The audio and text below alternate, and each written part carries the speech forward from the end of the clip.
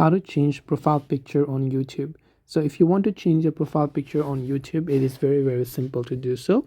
All you have to do is go ahead and then first of all make sure to launch the YouTube application and log into your account.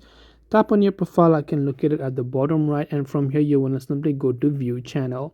Now once you go to view channel, here you'll find your profile picture, right? So this is my current profile picture, but if I want to change it, I can tap on this edit button that you will be able to find here. Once you tap on the edit button here, I can see my profile picture as well.